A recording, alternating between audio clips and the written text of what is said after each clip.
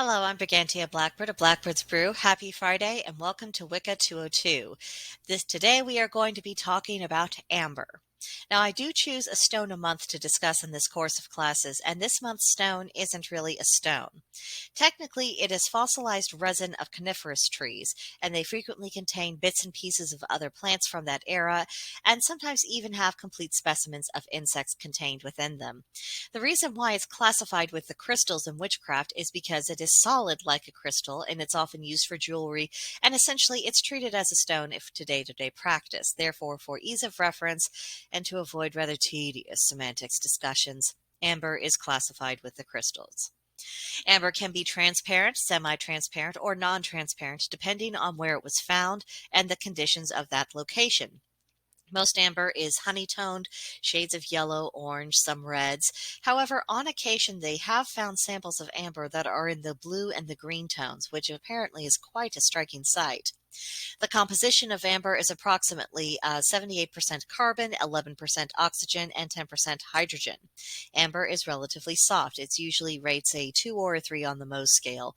The stone is quite brittle. It will break easily if you handle it roughly, but if you handle it properly, it can be pliant enough to where you are able to shape jewelry or to shape it into other objects that are usually pretty decorative.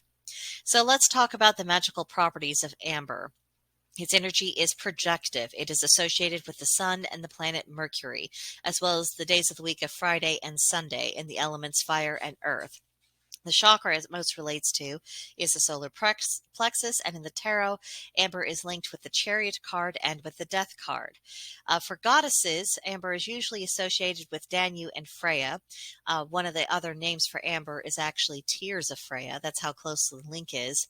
And on the god side, amber is most usually associated with Apollo and Njord. Its powers include, but of course are not limited to, good fortune, healing, increase in power, which includes mental and spiritual power, creativity, protection, usually from malevolent magic, use in magic more generally, and of course transformation. Obviously, these are just the basics, but it is enough information to base further research and exploration on. And now that we know the general magical personality of amber, the next question is to address how we can use it. In the modern era, there are some witches who have adopted the custom of wearing necklaces that have alternating amber and jet beads. Sometimes they do this because they view it as a symbolizing the union of the god and the goddess. Sometimes it's simply for the practical purpose of heightening magical effects. Amber jewelry is very suitable for ritual wear or for everyday protection and shielding from unwanted energies, provided you have programmed them for that use. Amber's association with the sacral chakra, which is the seat of sexual energy, makes it an ideal stone to incorporate into your bedroom to enhance the physical connection between yourself and your significant other, as well as heighten any efforts you might have to conceive and start a family.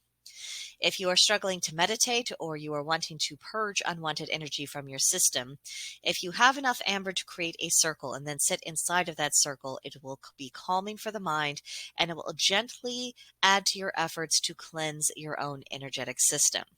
And of course, carrying amber on your person helps safeguard your health, and it promotes healing after injury or illness. So now for our homework for November 18th through November 24th. Number 1, research time. Learn all that you can about the physical properties and origins of amber as well as its magical lore. Take extensive notes. 2. Do a little window shopping to get an idea of the current going rate for small amounts of amber. Be alert to false amber, which might be made of glass, plastic, or reconstituted amber. Unfortunately, not everyone who sells crystals is inclined to be honest, so be mindful and do make a note of customer reviews. And 3. Brainstorm how you would apply what you've learned. Based upon what you know about amber so far, take a look at your life and think about how you can make use of those magical properties of the amber stone. Be creative.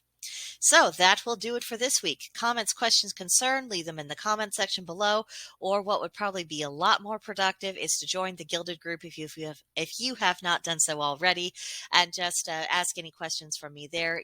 We have a lot of experienced witches on the group who any one of them could probably yield you some insight on most of the questions you would be inclined to ask. So please don't hesitate. You would be very welcome among us. But that will do it for this video, and I will see you next time. Bye.